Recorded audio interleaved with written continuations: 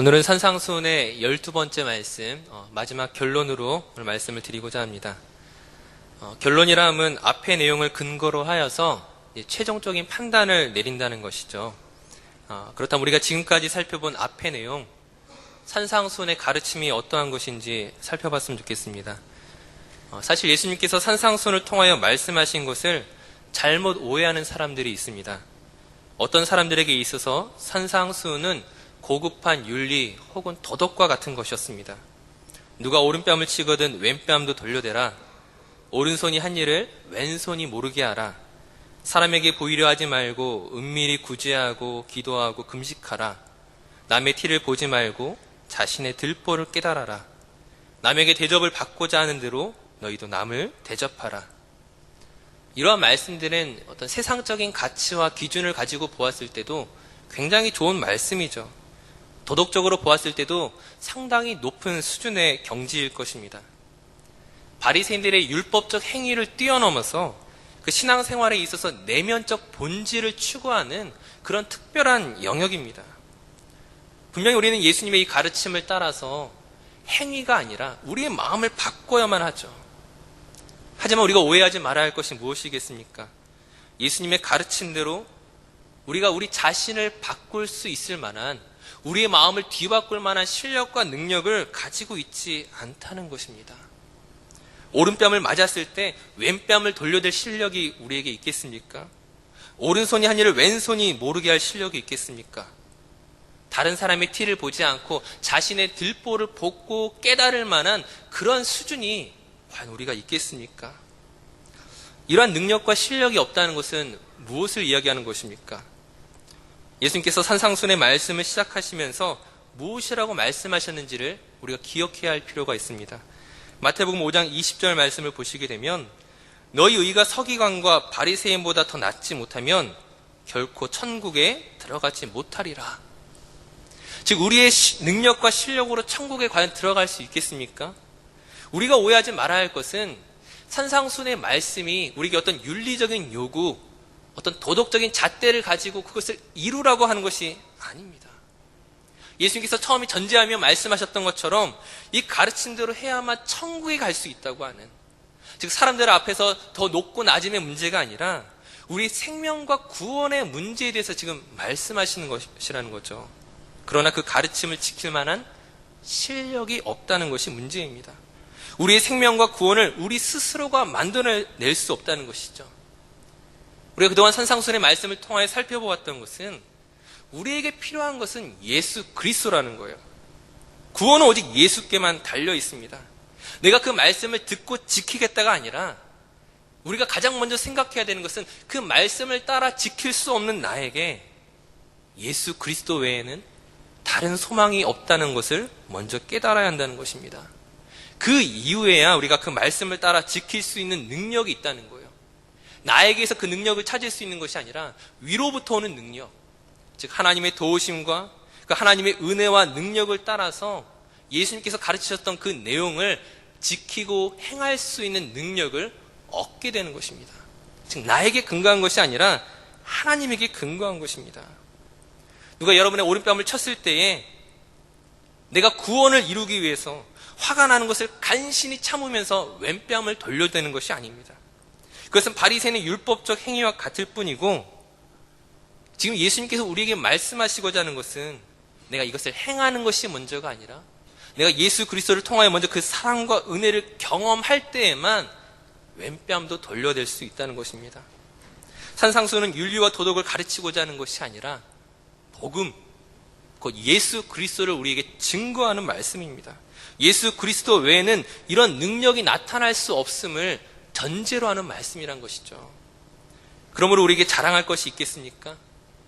저와 여러분이 혹 다른 누군가에게 오른뺨을 맞고 왼뺨을 내줬을지라도 그것을 자랑할 능력이, 자랑할 만한 상황이 되겠습니까?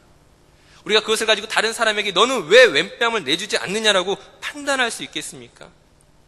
산상수훈의 가르침을 우리가 혹 지켰다고 해서 그것을 또 다른 누군가에게 자랑하거나 판단할 수 없는 것은 그 능력이 예수로부터 나오는 것이기 때문입니다. 그럼에도 불구하고 우리가 구원받은 자이고 하나님의 능력과 은혜를 경험한 자임에도 불구하고 그 인간의 어리석음이란 무엇인가? 자꾸만 나에게서 그 근거를 받으려고 하는 거예요. 나에게서 그 근거를 찾으려고 하는 것입니다. 이제 그것을 오늘 본문의 말씀을 통하여 함께 살펴보도록 하겠습니다. 우리 마태복음 7장 21절에서 23절까지 말씀을 우리 함께 교독하여 읽겠습니다. 마태복음 7장 21절에서 23절까지 말씀입니다. 제가 먼저 읽겠습니다. 나더러 주여 주여 하는 자마다 다 천국에 들어갈 것이 아니요 다만 하늘에 계신 내 아버지의 뜻대로 행하는 자라야 들어가리라.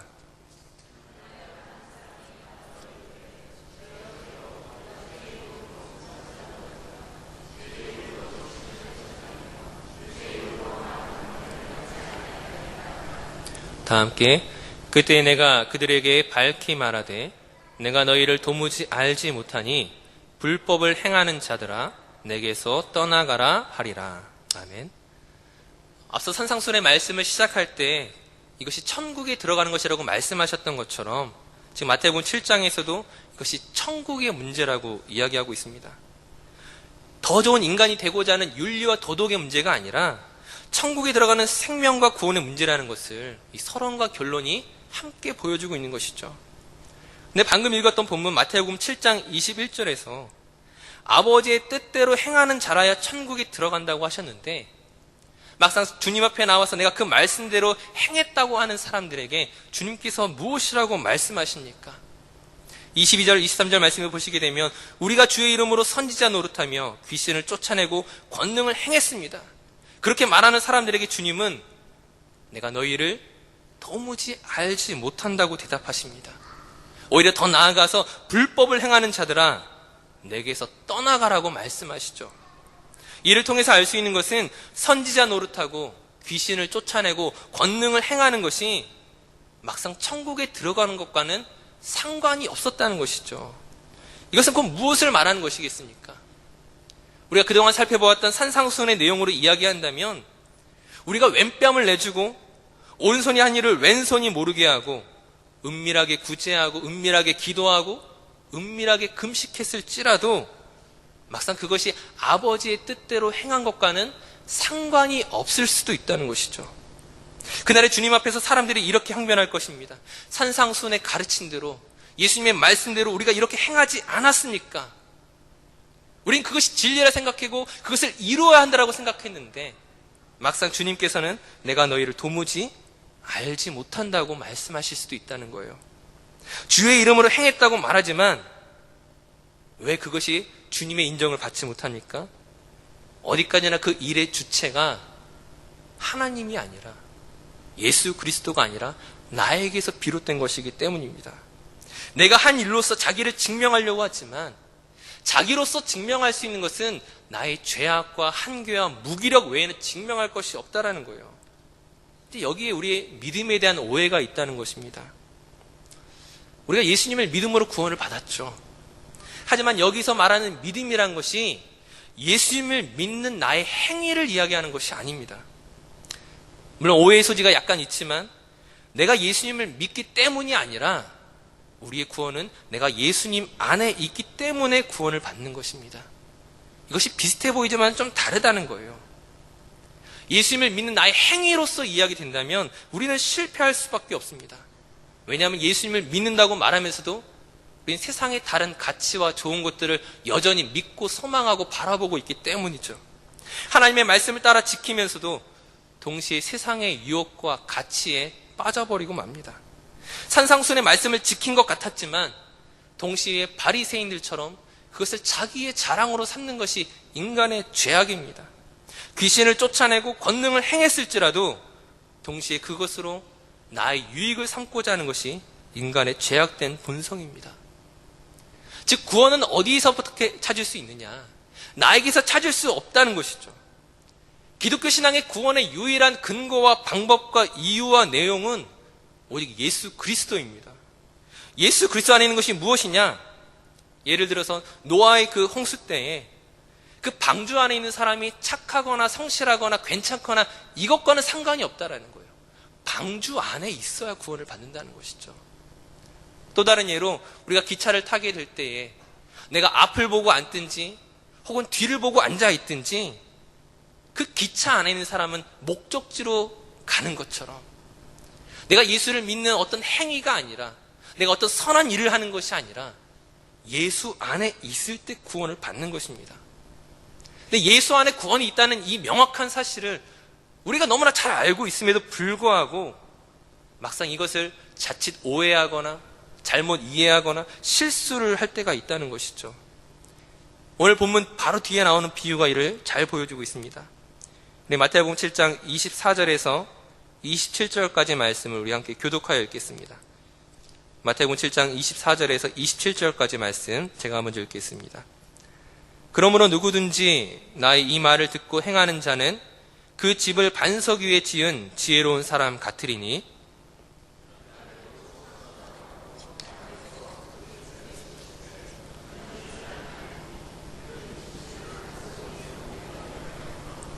나의 이 말을 듣고 행하지 아니하는 자는 그 집을 모래 위에 지은 어리석은 사람 같으리니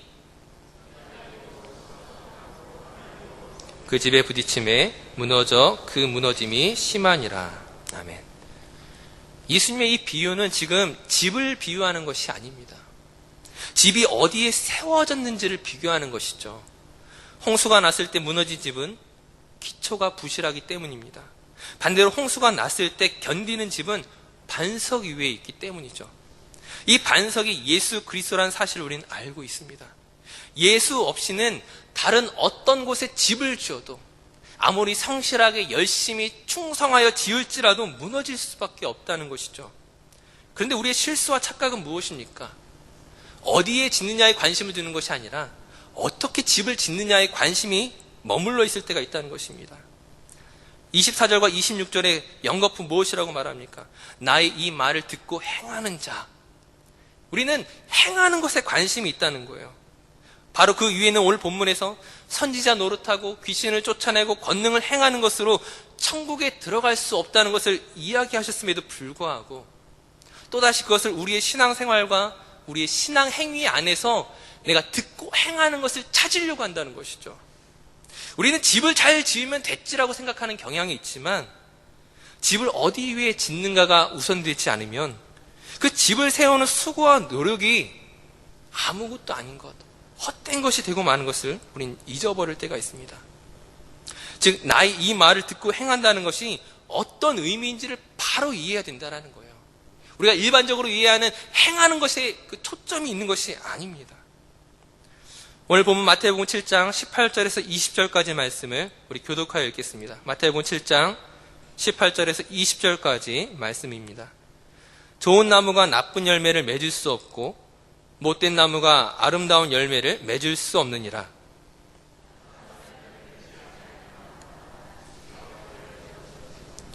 다 함께 이러므로 그들의 열매로 그들을 알리라. 아멘.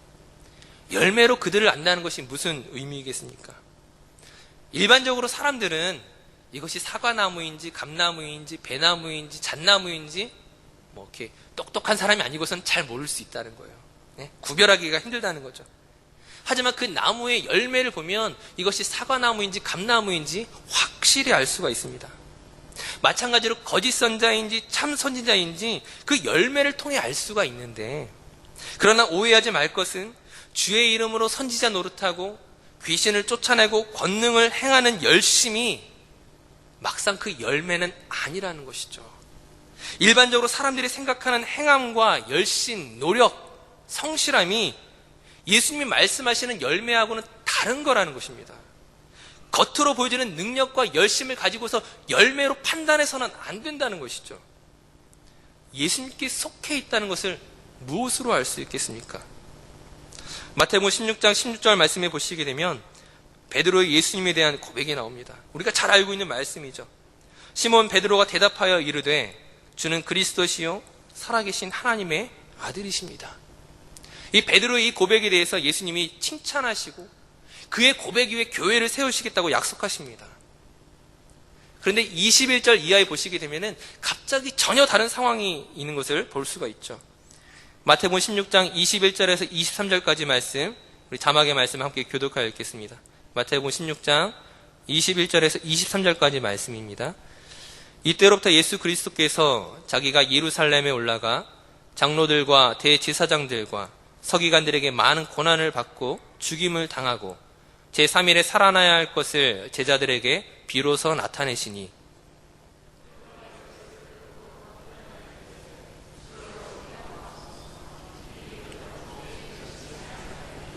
다 함께 예수께서 돌이키시며 베드로에게 이르시되 사탄아 내 뒤로 물러가라 너는 나를 넘어지게 하는 자로다 네가 하나님의 일을 생각하지 아니하고 도리어 사람의 일을 생각하는도다 하시고 아멘. 베드로의 고백을 잘 보시기 바랍니다. 주님께서 죽으셔야 한다는 것을 가르치셨을 때 그런 일이 주님께 일어나지 못할 것이라고 자기가 목숨을 바쳐 주를 보호하고 충성으로 그 앞을 막아서겠다라고 다짐하고 나섭니다. 그런데 막상 오히려 예수님께서 그 베드로를 꾸짖으시죠. 네가 하나님의 일을 생각하지 아니하고 도리어 사람의 일을 생각한다고 심하게 꾸짖습니다. 그리고 이어서 24절에 예수님께서 무엇이라고 말씀하십니까? 이에 예수께서 제자들에게 이르시되 누구든지 나를 따라오려거든 자기를 부인하고 자기 십자가를 지고 나를 따를 것이니라. 이 말씀을 통하여 우리가 무엇을 알 수가 있습니까? 인간적으로 봤을 때 베드로의 그 고백은 잘못된 것이 아니었습니다. 정말 예수님을 생각한 충성이었고 열심이었고 성실함이었고 그것이 세상적으로는 마땅한 대답이었습니다. 하지만 예수님께서 무엇이라고 말씀하시는 것이냐? 사람의 입장에서는 그것이 마땅할지 모르겠지만 하나님 나라는 그것이 아니라는 거예요. 하나님의 나라가 무엇이라고 말씀하십니까? 24절에 자기를 부인하고 자기 십자가를 지는 것이라고 말씀하십니다. 예수님께서 가르치시고자 하시는 것이고 예수께서 저와 여러분에게 보여주시고자 하는 모습이 바로 이거라는 거예요. 하나님의 의는 어떤 모양으로 나타나느냐? 자기를 부인하는 것으로 나타난다는 거예요. 예수님께서 하나님의 아들로서 능력이 있으신 분이지만 자기를 위해서 그 능력을 사용하시는 것이 아니라 하나님의 뜻을 위하여 죽기까지 순종하심으로 십자가를 지시는 것이 곧 하나님의 의라고 말씀하시는 것입니다. 즉 마태복음 7장에 오늘 본문으로 돌아와서 보신다면 그날의 주님 앞에서 당연히 칭찬받을 줄 알고 자기들의 신앙을 내양을 그 고백했을 때에 주의 이름으로 선지자 노릇하고 귀신을 쫓아내고 권능을 행했습니다라고 고백하는 그들에게 왜 예수님이 칭찬하지 아니하시고 오히려 불법을 행하는 자들이라고 말씀하십니까?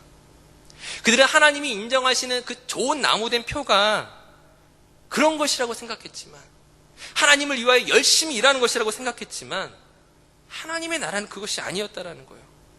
아름다운 나무에서 나타나는 열매는 그런 것이 아니라 예수님 안에 예수님께 속해 있다는 것은 내가 행하는 어떤 일로서 나타나는 것이 아니라 예수님께서 자기를 부인하시고 순종하셨던 삶처럼 오늘 우리에게서 나타나지 않는 것, 오늘 오히려 우리에게서 죽는 것으로 나타난다는 것입니다. 그것이 구체적으로 어떤 것이냐? 갈라디아서 2장 20절 말씀에 보시게 되면 사도 바울이 이렇게 고백합니다. 내가 그리스도와 함께 십자가에 못 박혔나니 그런즉 이제는 내가 사는 것이 아니요 오직 내 안에 그리스도께서 사시는 것이라. 예수님께 속해 있다는 것은, 자기를 부인하고 자기를 죽인다는 것은 예수 그리스도와의 연합 안에서만 이루어지는 것입니다. 예수께서 죽으셨던 것처럼 내가 함께 죽는 것이죠. 죄와의 관계가 끊어지는 것을 말합니다. 예수님께서 다시 사셨던 것처럼 내가 함께 삶으로 그 부활에 동참으로써 하나님과의 관계가 회복되는 그 관계에 초점이 있다는 것이죠. 그것이 구원이라는 거예요. 우린 자꾸만 열매를 맺는다는 것을 겉으로 보여지는, 겉으로 나타나는 어떤 것이라고 생각하고 있지만, 그래서 그것이 능력이라든지 혹은 충성이라든지 열심이라든지 이런 것으로 보여지는 것이라고 생각하지만 그런 것이 아니라는 거예요. 오늘 본문의 이야기는 그 열매를 맺자가 아니라 그런 열매가 나타날 수밖에 없는 나무가 되는 것이 핵심이죠. 근데 그 나무는 어떤 모습을 우리에게 보여주고 있습니까? 요한복음 15장에 보시게 되면 그 나무와 가지가 연결된 것을 이야기합니다. 즉 나무 되시는 그 예수님께 가지인 우리가 붙어 있을 때에 열매는 어떻게 맺어집니까? 내가 맺는 것이 아니라 가지가 나무에 붙어 있으면 열매는 맺혀지는 것입니다. 맺혀진다는 것은 나의 수고와 노력으로 내가 만들어내는 것이 아니라 나무에 붙어 있기만 하면 자연스럽게 열매가 맺어진다는 거예요. 예수님을 믿는다는 것은 예수님께서 겸손히 십자가를 지셨던 것처럼 자기를 나타내야 하는 어떤 모습으로 나타나는 것이 아니라, 인위적으로 내가 무엇을 해야 되는 것이 아니라, 나의 신앙을 내가 증명해야 되는 것이 아니라, 내가 무엇을 하지 않았을지라도 예수님과 연합된 사람에게는 그것이 자연스럽게 나타날 수밖에 없다는 것이죠. 그 사람에게서 맺혀진 열매를 통하여 내가 무엇을 하지 않아도 그 열매가 맺어진 것을 볼 수밖에 없다는 것입니다. 즉 하나님이 기뻐하시는 그 열매를 맺은 사람은 이렇게 고백할 것입니다. 이 열매는 내가 한 것이 아니라, 내가 무엇을 어떻게 했기 때문이 아니라고 고백할 것입니다. 다른 모든 사람들이 그 사람에게서 나타나는 모습을 칭찬하고 인정하고 그 사람에게 박수 친다고 할지라도, 막상 그 하나님이 기뻐하시는 열매를 맺은 사람은 그것을 자랑으로 여기는 것이 아니라, 내가 했다고 말하는 것이 아니라 오히려 자기를 부인하고 나는 아무것도 아닙니다라고 고백하는 그 사람일 거라는 거예요. 예수님 앞에 나와서 내가 이렇게 행했습니다, 내가 이러한 일들을 행했습니다, 그렇게 말하는 사람들이 아니라는 거예요. 산상순의 말씀의 결론을 맺고자 합니다. 우리가 그동안 살인하지 말라, 간음하지 말라, 왼뺨을 대주라, 오른손이 아니라 왼손이 모르게 하라, 남을 대접하라, 이 모든 말씀을 내가 할 수 있다고 생각하지 말라는 거예요. 나의 수고와 결단과 노력과 충성으로 이것들을 하는 것이 아닙니다. 나는 할 수 없습니다가 믿음의 사람들의 고백이라는 것이죠. 단지 나는 예수께 붙어 있기를 원합니다. 난 예수와 연합되기를 원합니다. 나의 자랑으로서가 아니라 예수가 유일한 나의 구원의 능력임을 내가 고백합니다라고 나아가는 사람에게 나도 모르는 사이에 하나님이 기뻐하시는 그 삶의 열매들이 자연스럽게 맺어진다는 것이죠. 우리가 주님 앞에 설 때 그 마지막 날에 내가 무엇을 했다라고 주장하지 않아도 된다는 거예요. 내가 하나님의 사람으로 무엇을 했습니다라고 증명하지 않아도 괜찮다라는 거예요. 내가 예수 안에 있으면 내가 증명하지 않아도, 내가 자랑하지 않아도, 내가 나를 나타내려고 하지 않아도 주님께서 아신다라는 거예요. 그리스도와 함께 걸어가는 삶을 세상 사람들이 알든 모르든 주님께서는 나를 가장 잘 아십니다. 오늘 이 밤에 우리가 기도해야 할 것들이 있다면 나는 예수와 연합되길 원합니다. 예수로만 충만하기를 원합니다. 세상이 보기에는 우스워 보이고 모자라 보이고 부끄러워 보이는 그 예수 그리스도가 나의 유일한 능력이요, 그분에게 붙들려 있는 것만이 나의 참된 기쁨임을 고백할 수 있는 저 우리 모든 성도님 되시기를 간절히 축원합니다. 우리 함께 찬양하시며 기도했으면 좋겠습니다.